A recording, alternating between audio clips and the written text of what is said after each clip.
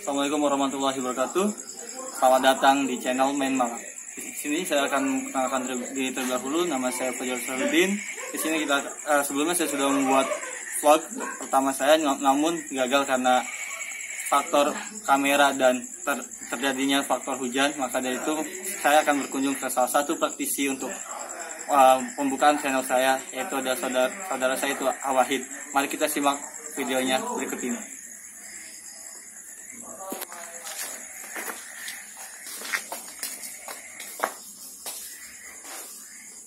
Assalamualaikum.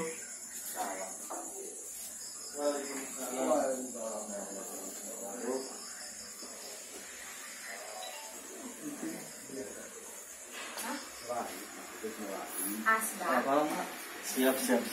Jadi gini, saya lagi buat vlognya tentang channel tentang silakan duduk ya. Silakan duduk. Makasih ya. Saya coba membuat vlognya tentang untuk perkembangan channel kami di channel Main Malam. Di sini saya akan membahas dua logika orang-orang di sana. Jadi membuat kayak channel semacam yang kayak membahas tentang sesuatu yang hal-hal mustahil gitu. Mustahil. Iya. Jadi karena akan melakukan salah satu praktisi, makanya saya berkunjung sini karena kita sudah gitu. Jadi di sini kegiatannya apa ya? Kalau sehari-hari biasa bekerja, biasalah bekerja di lingkungan, salah satu lingkungan aparatur negara mungkin ya, bisa dibilang seperti itu sih. Biasa berangkat pagi, pulang malam, armada. Ya, lagi malam ya. Siap. Katanya bukan salah satu praktisi. Kenapa sih bisa terjun ke dunia ini gitu? Awal mulanya sih yang pasti nggak dikira ya, maksudnya pada tahun 2000 kebetulan ada orang yang datang ke rumah ini itu mengatakan bahwa saya itu katanya ada sedikit perbedaan aura-auranya bagus lah katanya. Nggak tahu aura-auran. Iya. Terus setelah itu memperdalam apa gimana, belajar apa gimana itu Pak? Sedikitnya memperdalam sih. Dulu setelah itu jauh ke belakang tahun 2002 itu sempat punya guru, ada 2 orang. Yang pertama, tapi dua-duanya udah almarhum. Semoga diberikan keberkahan ya buat beliau. Yang pertama itu Abah yang di Banten, almarhum Ali Imron. Yang kedua yang di Cilegon, almarhum Abah Abdul Gopar. Terus sekarang untuk mempelajari ilmu ini, terus apakah udah mandiri apa bagaimana gitu sekarang? Mandiri sih nggak sih, masih tetap belajar. Kadang suka bertanya kan ya ke banyak orang yang lebih paham dibandingkan saya. Kadang sering pandeglang, salah satu kiai lah ibaratnya kan, sering tukar pikiran. Karena kan belajar seperti ini kan salah sedikit itu meleset kan ya. Seperti itu, takutnya menyekutukan atau seperti apa kan, seperti itu kan. Seperti itulah. Dengar-dengar juga katanya di ini ada pusaka gitu ya. Kan pasti ada dari tahun 2000 pasti ada ya semacam kata orang sih kayak benda-benda yang emang ini gitu kan. Ya itu benda pertama itu apa gitu? Kalau untuk benda sih ada banyak sih ya. Cuman untuk yang pertama kali saya dapat itu yang ini nih. Itu tahun 2000 itu di Banten pas dapatnya ini nih. Ini tahun 2000. Itu dapat sendiri apa bersama guru gitu? Waktu kalau yang ini sama yang ini dua pasang ini. Ini dapatnya sama guru. Nah, kebetulan sama guru. Yang ini nih 2 ini. Entah bagaimana ceritanya, tiba-tiba barang ini ada aja. Gitu. Nah, kalau untuk penarikannya awalnya itu kita ngambil, kalau tidak salah ngambil tanah ya dari Banten di kantong plastik, dibawa ke tempat nenek saya, kakek saya di taman. Habis itu kita tirakatin, dihadorotin, beliau yang mengajarkan pada saat itu. Ya kemudian jadilah seperti ini. Kalau untuk ini bekas peninggalan siapa-siapanya saya kurang paham, karena guru saya pun tidak menjelaskan pada saat itu. Yang pasti yang setahu saya ini dari Banten, seperti itu. Tapi untuk sejarah sendiri, apakah kamu tahu dari sejarah dari benda ini gitu yang apa yang sekarang? Kalau setahu saya, kalau untuk yang ini itu sekedar ibaratnya zaman dahulu tuh KTP. Jadi ibaratnya orang mungkin zaman dulu membawa benda ini nih sebagai tanda bahwa mereka itu penduduk dari Kesultanan Banten. Oh, penduduk asli ya? Iya, seperti itu. Karena zaman dahulu kan belum ada KTP. Riwayatnya seperti itu. Itu setahu saya sih. Itu. Kalau yang satunya itu gimana? Ini tusuk konde biasanya dipakai perempuan. Cuman banyak orang bilang ini cemeti ya. Cemeti. Nah, padahal yang saya tahu ini tusuk konde. Saya panggil hadamnya, ya tusuk konde katanya. Seperti itu. Terus ini banyak banget ya barang-barangnya. Oh, boleh begitulah. Kalau boleh nge-review nih untuk ya channel kami gitu, untuk review gitu. Mana aja sih yang ini kan yang tahu sejarahnya, tahu perkembangannya. Kalau untuk sejarah saya kurang tahu ya, mungkin ada orang ya mungkin ada penonton nih yang lebih paham. Iya. Maksudnya yang itu mah dari sini. Cuman ada nih yang paling jauh, saya waktu itu dapat ini di Jambi. Di Jambi. Di tepatnya di Kerinci, Sungai Penuh. Kesana apa gimana tuh? Kok bisa dapat dari Jambi gitu? Umur kelas 5 SD, berarti sekitar 2001. Pergi ke sana? Iya, saya pergi ke sana. Pergi ke sana gimana? Kok bisa pergi ke sana sendiri apa sama orang tua? Enggak lah, yang pasti mah sama kakek kebetulan masih ada, saksi hidupnya masih ada. Kakek saya sekarang tinggal di Taman. Ini saya dapat di Gunung Kerinci. Pada saat itu saya main ke sana ke tempat saudara, biasa ada perlu di daerah Kerinci di Sungai Penuh. Nah ini yang paling jauh ini dari Jambi. Itu narik sendiri ya? Apa gimana penarikannya? Kan biasanya tadi kan yang dua itu penarikan. Prosesnya penarikannya di sana kebetulan ada orang yang bisa pada saat itu. Kita kan karena saya masih kecil pada saat itu ya. Iya. Saya sering nanya ibaratnya. Terus saudara pun khawatir saya salah langkah kan, akhirnya banyak bertanya.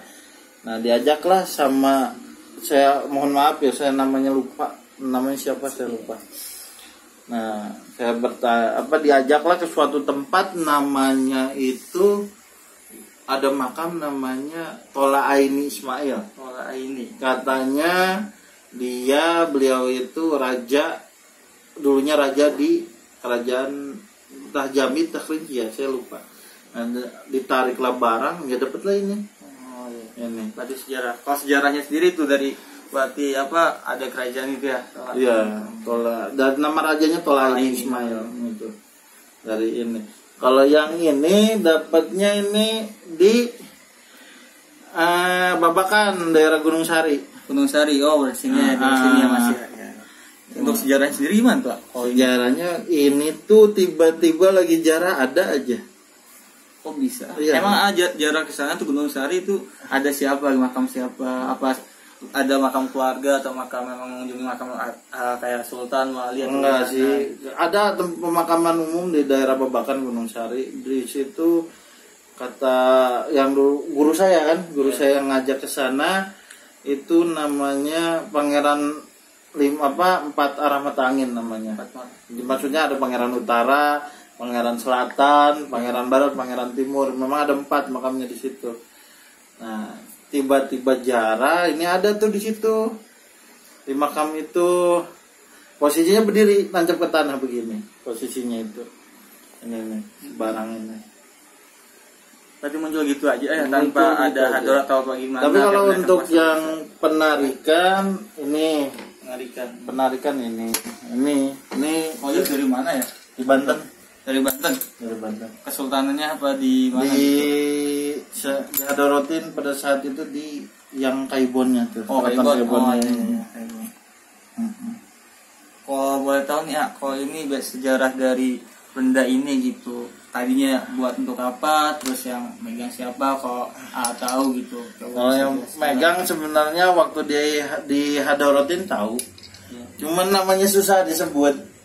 Karena peninggalan orang Belanda kan. Oh, karena di sini ada tulisan VOC-nya. Di sini ada tulisan VOC-nya. Berarti emang asli dari orang Belanda gitu ya. Ini asli buatan asli didatangkan oleh penjajah kita dulu lah.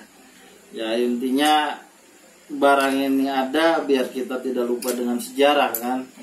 Buat dulu tuh ibaratnya Indonesia memperjuangkan negara Indonesia ini lumayan ya begitulah. Ini ada bendanya yang menceritakan tentang sejarahnya kan. Terus termasuk ini nih dua barang ini nih. Oh ini sama aja bulan sama. Dapat dua ini. Terus kenapa kok bisa tahu gitu kalau di situ ada barang, ada pusaka gitu yang tertinggal di situ? Kadang ada mimpi ya.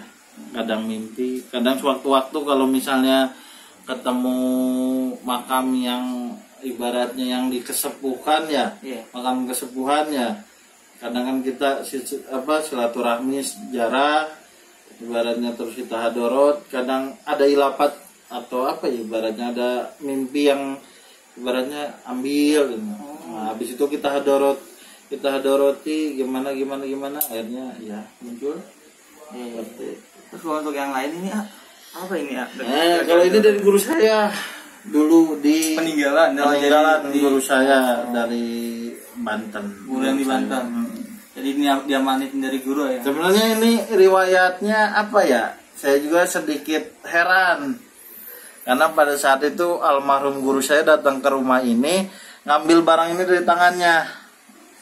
Oh bisa? Posisinya ibaratnya maaf ya. Jadi dia ngambil begini nih, ditarik. Nah, sedangkan kalau misalnya memang ini barang ada di tangannya, harusnya ganjel. Posisinya kan gini kan ya harusnya. Ganjel dong, ini lebih. Iya benar. Oh itu bisa dari sini ya? Ditarik dia. Saksinya masih ada ibu saya, saksinya. Itu waktu masih SD juga tuh, masa SD menjelang SMP lah. Ini peninggalan guru saya. Berarti dari kecil emang sudah dipercaya ya, kayak bisa ya kelebihan lah kalau menurut orang-orang ya. Sih. Ya kan cuma ada orang-orang tertentu aja. Kalau kelebihan mah kelewatan. Iya. Kalau yang ini ya yang besar. Nah, kalau ini nih dulu nih. Kalau ini peninggalan leluhur saya dari Tasik. Nah, saya manggilnya Uyut. Ini peninggalan dari Uyut saya, almarhum Abu Barja bin Wijaya. Ini dari kesepuhan saya di Tasikmalaya. Berarti ini asli Tasik ya, bukan asli Serang, Banten. Saya asli Tasik. Satu kampung sama rumah Irama. Wah. Kok bisa? Bisa datang ke Serang itu gimana ceritanya? Saya asli Tasik, ibu bapak Tasik dua-duanya. Berarti saya turunan orang Barat ya. Orang Barat. Orang Wetan lah kalau di sini. Kalau di sini orang Wetan. Cuman saya besar di Serang. Saya full dari lahir tahun 90 di Serang, sampai sekarang pun saya di Serang. Seperti itu. Kenapa bisa menginjak Serang? Kan nggak ada turunan dari Serang nih. Kenapa kok bisa menginjakan kaki ke bumi ya Serang ini? Tahun 83 pertama kali Kopassus berdiri. Mungkin kalau ada yang ingin membenarkan silakan ya. Seingat saya dulu orang tua saya cerita itu, orang tua saya pindah 83 di Kopassus. Pada saat itu Pak Gatot Subroto mendirikan Kopassus di sini grup 1. Kakek saya, bapaknya ibu dan bapak saya pindah dari Cijantung ke asrama grup 1 ini di Taman. berarti ibu tuh ikut dulu ke kakek ya kesini Iya. sama aja masuk ke grup sama Iya. terus ibu ketemu sama bapak di sini. Bertemu karena dulu kakek kan ibaratnya ada orang Tasik Iya. di aku bapak ibaratnya dirangkul lah karena kan ibaratnya jauh dari keluarga, akhirnya mungkin karena jodohnya ibu saya sama bapak saya menikah lah. Alhamdulillah. Itu tahun 88. Terus ngomong-ngomong sekarang ibu sama bapak di mana? Kalau untuk bapak sudah pulang duluan, sudah menghadap ke Yang Maha Kuasa. Tapi kalau untuk ibu jimat satu-satunya masih ada. Jadinya kan udah nanya orang keluar kan, bapak udah nggak ada apa-apa, gitu. apa-apa. Terus balik ke sini aja lagi ya. Terus ya kalau yang lainnya nih kalau yang panjang nih dari mana nih Ini Tangerang. Tangerang. Tangerang. Mungkin pernah dengar makam Jaya Sampora. Kurang tahu apa saya. Kurang tahu. Sampora. Sampora. Itu tempat di daerah mana tuh Tangerangnya? Tangerangnya, wah, saya lupa tahun 2001 ini. Oh, berarti masih kas SD juga ya? Iya, kalau sama SD ini peninggalan, kecuali ini yang udah rada besar ini. Saya kuliah. Termasuk ini. Untuk sisanya itu SD, ini SD, ini zaman saya kerja ini. Dua ini ya, kerja baru-baru. Nah, ini sama ini diajak sama guru. Nah, kalau untuk yang mandiri mah ya ini, yang mandiri 2, 3, 4, 5 ini. Waduh. Ini untuk benda ini apakah ada semacam kayak perawatan khusus atau kayak gimana gitu? Karena kan biasanya kalau benda-benda banyak orang tuh percaya harus dimandiin lah setiap malam Jumat atau kayak gimana gitu. Saya diajarin guru saya sama almarhum ya, itu tidak harus untuk dimandikan. Karena kata guru saya almarhum, kamu kalau mau ngurus kayak begini, berarti kamu udah ibaratnya ibaratnya ini lebih hebat dari Allah. Sholat yang 5 waktu aja belum tentu kamu turutin gitu. Ini yang ibaratnya sebulan sekali apa setahun sekali kamu harus nurut gitu. Saya nggak apa-apa kan, saya simpen. Tapi yang anehnya masih wangi. Ini nih dari nggak pernah dimandikan sama sekali. Tapi masih wangi ya? Masih wangi. Wah bener ini wangi banget aduh. Kenapa nih ya? Kok bisa masih wangi kayak gini? Padahal kan nggak pernah diurus nih, cuma simpan nggak tahu di mana ya karena simpannya saya nggak tahu. Kenapa bisa masih wangi gitu? Apakah ada satu hal atau kayak gimana? Entah ya, mungkin ibaratnya salah sesuatu kekuasaan Allah aja larinya ya. Ibaratnya ini benda masih tetap buatan manusia, Allah yang punya kuasa semuanya. Salah satu kekuasaan Allah yang ibaratnya benda aja ini disimpan wangi, masa manusia ibaratnya kalau bisa ditinggalkan pun wangi namanya. Seperti itu, mungkin filosofinya seperti itu ya. Terus nih kan dari sini semua nih banyak semua benda di sini nih pada banyak senjata tajam. Kok ada satu nih ya kayak mangkok kayak gini. Ini apa sih apakah emang cuma mangkok punya istri nih taruh di sini apa gimana gitu? Apa ini emang benda pusaka gitu? Ini dibilang benda pusaka saya kurang paham ya. Saya dapat di Banten Girang di daerah Cipocok. Oh iya. Itu Karundang. Itu. Nah ini nih saya panggil, saya hadorotin hadamnya. Ini katanya buat manggil santri katanya. Manggil santri? Karena zaman dulu belum ada lonceng, belum ada apa, makanya ini katanya di atas gunung. Itu gimana acaranya kok bisa buat manggil santri? Apakah dipukul? Apa gimana? Oh, kalau dipukul pecah nanti orang radul ya kan. Jangan kurang tahu tuh makanya. Kalau katanya mah diisi air, dibunyikan, nanti bunyi. Bisa nggak nih ya sekarang? Oh, boleh. Ada ini aqua. Karena kan biar orang tahu nih kalau emang bener buat manggil santri gitu kan, dengan caranya kayak gimana gitu. Ya kok nggak keberatan sini juga. Ya, kita mudah-mudahan bunyi ya. Iya. Kalau kadang-kadang ngambekan sih ini nih. Kalau lagi nggak mood katanya nggak bunyi. Si hagamnya nih. Enggak. Udah kayak manusia aja ya.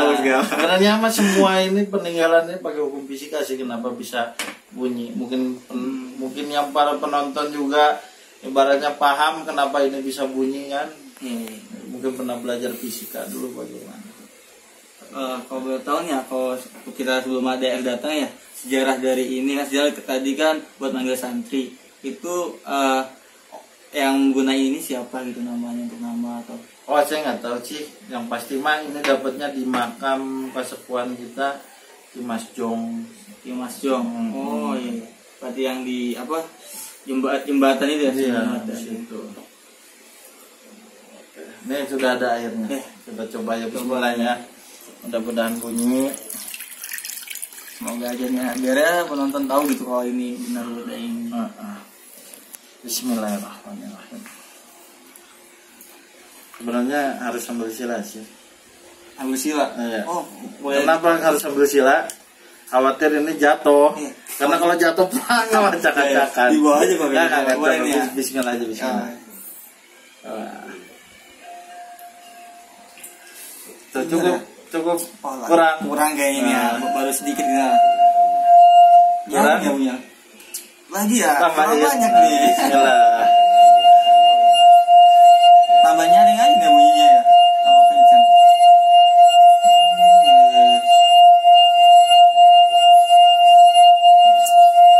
Masya Allah, emang puasa Allah mah kayak gini ya. Masya Allah. Cukup? Ya kalau cukup itu aja. Jadi silakan. Siapa tahu kan, aduh, bismillah aja, asal aja bisa gitu kan. Kalau nggak bisa faktor apa nih ya? Faktor N berarti. Apa tuh ya? Nasib. Nasib saya udah nasib jomblo gini lagi. Jangan ngomong nasib lah. Aduh, saya juga jomblo kok. Sekarang. Nanti istri lewat kok. Waduh. Itu bukan jomblo. Asli belum ada gitu. Alhamdulillah istri 2 anaknya. Dikira 2 istrinya. Enggak lah, 1 aja nggak habis. Jangan coba dulu. Lihat aja mau nambah. Bismillahirrahmanirrahim.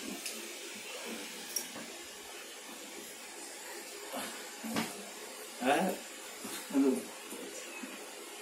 Oh susah ya megangnya tuh. Ya makanya jangan sila itu karena khawatir jatuh. Harus pegangannya yang kencang. Aduh. Faktoren berarti. Nasib ya. Gak bunyi-bunyi nih, udah nyoba berkali-kali. Apa buat orang tertentu aja nih bunyi apa gimana sih? Enggak sih, sudah banyak yang nyoba. Tapi intinya kalau misalnya orang itu ada ibaratnya nggak diikhlaskan gitu. Iya. Di hatinya memang nggak bunyi, katanya. Setiap orang datang ke sini kan, kok bisa bunyi, pengen nyoba sih silakan. Dicoba nggak bisa, udah dicoba diplongin hatinya, bismillah, istighfar yang banyak, akhirnya bisa bunyi. Berarti kayaknya belum plong nih hati ya. Pengen nyoba-nyoba aja gitu. Udah nanti lagi aja. Nanti lagi aja ya. Karena yang penting kita udah tahu gitu. Udah berarti emang ini buat apa manggil santri kan ya. Berarti dengan biasanya tanda untuk manggil santri itu kayak apa, untuk bunyi itu berapa kali gitu. Sampai berapa? Mungkin ada hitungan menit atau gimana? Kalau setahu saya yang dikasih tahu dari beliau nggak ada hitungan menit. Ibaratnya yang penting si santri itu ngumpul, waktunya adzan, ibaratnya waktunya sholat zuhur, asar, maghrib, isya, subuh. Terus kalaupun ada perkumpulan, ada musyawarah, ada badami, itu pakai ini juga kata beliau. Berarti bisa dibilang buat kayak pertanda untuk sholat juga ya? Iya, seperti itu sih. Mungkin dulu, yang pasti dulu mungkin sebelum adanya adzan, karena saya pernah dengar cerita dari guru saya, sebelum adanya adzan itu pakai tanda dulu. Karena jarak masyarakat pada saat itu masih berjauhan. Dan kadang nanti sholat zuhur nih, yang seharusnya tandanya itu jam 2, jam 12, itu sholat bisa jam 1-an. Karena saking jaraknya yang berjauhan. Ada orang misalnya habis tani, kan nggak mungkin langsung ke masjid, kadang mau bersih dulu baru ke masjid.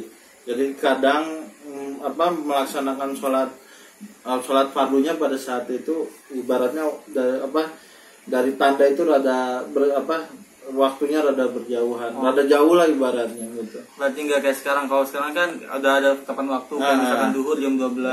Berarti ini nunggu emang ada kumpul santri baru kita melaksanakan sholat. Iya, seperti yang dulu tuh belum ada aturan untuk jam apa gimana tuh? Yang pasti mau udah lah. Udah. Cuman kan Islam itu mengajarkan apa sih? mengajarkan toleransi, kesederhanaan. Islam itu mudah, tapi mungkin kita yang bikin susah. Iya, Seperti itu. benar. Semua emang udah juga laksanakan mudah ya. Soalnya juga cuma ngapain berapa menit ya. Intinya bisa karena terbiasa. Tuh, apalagi yang mau ditanyain ya? Bingung Ya, cuman ini aja yang ibaratnya yang bisa saya tunjukkan. Iya. Mungkin memang masih ada yang lain, cuman yang lain tidak bisa saya tunjukkan, mohon maaf. Iya, ini juga udah makasih ya udah mau nunjukin ya. Memang pusaka yang punya gitu. Terus udah ngasih tahu sejarahnya. Ya apa ya? Udah makasih banyak nih ya. Udah membantu kami, udah membantu channel kami. Ya semoga channel ini dapat bermanfaat bagi kita, bermanfaat bagi dan bagi pemirsa semua. Amin. Ya paling itu aja ya. Siap. Makasih banyak ya. Makasih ya paling ya untuk sekarang kita udah melaksanakan kunjungan di salah satu saudara saya atau teman saya itu Wahid. Maka dari cukup itu yang ditunjukkan oleh Wahid, yang diberitahu. Ya semoga semua ini dapat bermanfaat bagi kami dan bermanfaat bagi pemirsa semua. Dan jangan lupa like dan komen dan share serta subscribe channel kami itu Main Malam, dan jangan lupa nyalakan tekan lonceng agar setiap video yang kita upload agar bisa muncul di layar HP Anda. Ya terus sekian, jangan tetap di Main Malam.